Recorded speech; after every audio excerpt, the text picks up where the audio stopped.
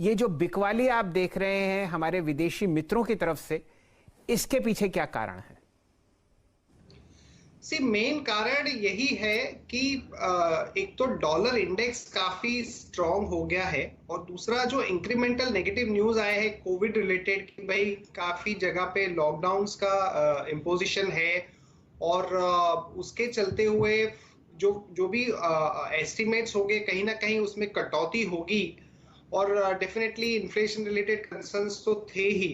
तो मैं समझता हूं कि Fed tapering, incremental COVID cases और हायर डॉलर इंडेक्स, ये तीन प्रमुख कारणों के चलते हुए हमने सेलिंग देखी है। और हमारे बाजार में हमने बड़ी करेक्शन देखी नहीं थी, तो हमें थोड़ा सा एक प्रिपेयर्डनेस जो होती है वो शायद थोड़ी कम थी मार्केट में, और एक्सपायरी भी आ रही है। और एक टेक्निकल कारण ये भी है कि जो 50% कैश मार्जिन का जो नया जो नॉर्म सेबी ने अभी इंट्रोड्यूस किया है, उसमें एक ये भी कंसर्न है कि ये एक्सपायरी के चलते हुए थोड़ा सा जो रिटेल अनवाइंडिंग होगा उसका प्रेशर भी आ सकता है।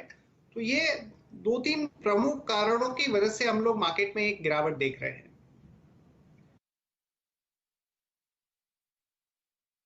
जी हाँ, तो अगर आप देखें कुछ सिस्टम का प्रेशर भी है, बाकी तो अगर आप देखें एफ की सेलिंग और F2 की सेलिंग जो है इस वक्त मार्केट्स को डे लो पे लेके आती हुई। कुछ जरा वाइल्ड स्विंग वाले स्टॉक्स को देखिएगा आप। आपकी स्क्रीन पर PVR, ये इसकी रीसेंट टाइम्स की, या फिर आप मैं कह लूँ तो मार्च 2020 के बाद अगर आप देखें तो ये इंट्राडे की सबसे बड़ी गिरावट है। लुक एट PVR, 1700 से 1573। आज के इस डिस्कशन में याद रखिएगा जितना भी नेगेटिव डिस्कशन हुआ उसमें कोविड का जिक्र बार बार आया है। आपकी स्क्रीन पर आप देखें 1573 पे कैंडल डे लो पर, और आप देखिए आपकी स्क्रीन पे RBL की कैंडल कितनी वीक बनी हुई है TVS मोटर्स डे लो पर। और साथ ही साथ अगर आप देखें इस दौर का सबसे स्ट्रॉन्ग स्टॉक्स ऑटो में टाटा मोटर्स, आज वहां भी काफी सेलिंग है। आशीष चतुर्मोता जी, और फॉर्चुनेटली अभी भी टाटा मोटर्स ने क्रिटिकल लेवल को तोड़ा नहीं है। जो हमारे व्यूअर्स हैं जो अच्छा खासा प्रॉफिट लेके बैठे हैं, हम 280 से स्टॉक को चेज कर रहे हैं। एक रीजनेबल स्टॉप लॉस क्या होगा, या फिर आपको लगता है कि टाटा मोटर्स में भी एग्जिट कर जाएं, क्योंकि इसमें अभी भी 13 अक्टूबर से लेकर जो अब तक रेंज मेंटेन थी, प्लीज स्टार्ट लेके आइएगा, वो वॉलेट नहीं हुई है। जी, तो वीरेंद्र वो रेंज ब्रेक होती है 470 के नीचे, क्योंकि आप देखेंगे वहीं मल्टीपल सपोर्ट्स बने थे। बट 470 के लिए भी अभी करीब करीब 2-3% की एक डाउन साइड शायद ट्रेडर्स को एब्जॉर्ब करनी पड़ सकती है। बट 470 ही वो एक इंपॉर्टेंट मेक और ब्रेक लेवल टाटा मोटर्स का, जिसके ब्रेक होते ही ये जो ट्रेंड है, या जिसको हम एक पोलैंड फ्लैग फॉर्मेशन कह रहे थे, वो ब्रेक होगा। तो 470 का स्टॉप लॉस मेरे हिसाब से टाटा मोटर्स में पोजिशनल ट्रेडर्स को अपनी पोजिशंस पर रखना चाहिए। चलिए, हमारे साथ जानी साहब जुड़े हुए हैं। हेमंत जी, बहुत कम परिचय होता है आपसे ऑन एयर, तो जरा इस बात को आगे बढ़ाते हैं। बाजार में काफी कठिनाई हम लोग देख ही रहे हैं। ये बताइए, आप बहुत लोगों से पूरे बाजार में बात करते हैं और अनेक इंस्टीट्यूशंस ट्रांजैक्शंस करते हैं मोतीलाल ओसवाल सिक्योरिटीज के साथ। कहां तक आपको निफ्टी थमता हुआ दिखता है? देखिए, थोड़ा शॉर्ट टर्म में बताना मुश्किल है, पर जिस तरह का अर्निंग सीजन हमने देखा, और ये जो भी डॉलर इंडेक्स रिलेटेड या टेपर रिलेटेड जो भी सेल फ्लोज है, वो शायद मुझे लगता है कि अगले एक आध हफ्ते में उसका जो भी पीक पेन जो होना है वो हो जाएगा। तो एक्सपायरी या उसके बाद में मैं समझता हूँ कि एक स्टेबिलिटी मार्केट में आ जानी चाहिए। और अभी इमीडिएट जो हमारा एक्सपेक्टेशन है निफ्टी का, वो 17,200 से 17,000 के बीच में कहीं पे जाके मुझे लगता है कि कहीं पे एक स्टेबलाइज हो जाना चाहिए। तो अनदर में भी 2-3% काइंड ऑफ अ कट ये हम एक्सपेक्ट कर सकते हैं। बैंक निफ्टी में शायद थोड़ा सा ज्यादा होगा, बिकॉज बैंक निफ्टी थोड़ा हाई बीटा प्ले है। बट मैं समझता हूँ कि कहीं ना कहीं ये लेवल्स के आसपास मार्केट में एक स्टेबिलिटी देखने को मिल सकती है।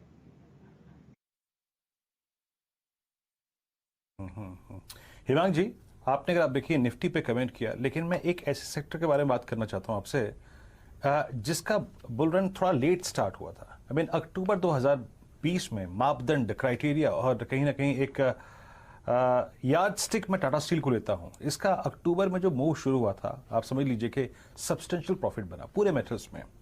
अभी इन स्टॉक्स ने, मेटल्स ने हायर लेवल से लगभग 15-20% और इवन कहीं कहीं 25% तक शेड कर दिया है। आप इन्वेस्टर्स को स्पेशली क्या राय देते हैं, क्योंकि ये साइकिल जब चलती है तो साल, 1.5 साल, 2 साल परसिस्ट करती है और फिर लिक्विडेशन आता है। क्या आपको सीरियस प्रॉफिट्स कैश में कन्वर्ट कर लेना चाहिए मेटल्स में अब? बिल्कुल, क्योंकि ये जो हमने रनअप देखा है मेटल्स में, अगर आप देखें तो बॉटम प्राइस से लगभग 3 to 5x काफी स्टॉक्स हो चुके हैं। हालांकि नंबर्स भी बेहतरीन आ रहे हैं, अपग्रेड्स थोड़े से हो रहे हैं, पर जिस स्टेज पे है हम मार्केट के, वहां पे ये हाई बीटा सेक्टर में एक प्रॉफिट बुक कर लेना बहुत ही सेंसिबल स्ट्रेटेजी होगी, rather than trying to bottom fish के भाई ऊपर से 10-15% गिर गया है। क्योंकि जब भी ग्लोबली जो चाइना रिलेटेड न्यूज फ्लो के कारण या यूरोपियन या यूएस मार्केट के चलते हुए अगर कोई नेगेटिव डेवलपमेंट होता है, तो इसका बहुत लंबा इफेक्ट ये मेटल सेक्टर के ऊपर पड़ सकता है। डेफिनेटली नया बाइंग करने का तो एडवाइस नहीं है। सब्सटेंशियल प्रॉफिट पे अगर क्लाइंट्स बैठे हैं तो डेफिनेटली ये लेवल पे उन्हें पार्शली या फुल्ली ये सेक्टर के अंदर प्रॉफिट बुक करना मेरे ख्याल से बहुत ही सेंसिबल स्ट्रेटेजी होगी। साहब, एक आईपीओ जिसकी वजह से काफी लोग नाराज हैं, और आप भी बाजार से जुड़े हुए हैं पिछले 20-25 साल से, मुझे भी कुछ समय हो गया यहाँ पर। हम लोगों ने अक्सर देखा है कि एक भारी भरकम आईपीओ आता है और बाजार को अस्त व्यस्त कर देता है। ये अब जो कांटों का ताज है पेटीएम के माथे पर है, बताइए क्या आपके विदेशी मित्र सोच रहे हैं, क्या कहते हैं डोमेस्टिक इंस्टीट्यूशंस? 2150 के सामने अब 1315 का प्राइस है और आज का लो है 1290। बहुत निवेशक नाराज, नाखुश। कंपनी ने बहुत कोशिश करी सेंटिमेंट इंप्रूव करने की, आपको क्या लगता है? डेफिनेटली जो साइज ऑफ द इशू था वो काफी बड़ा था, और शायद मार्केट इस तरह की साइज के लिए तैयार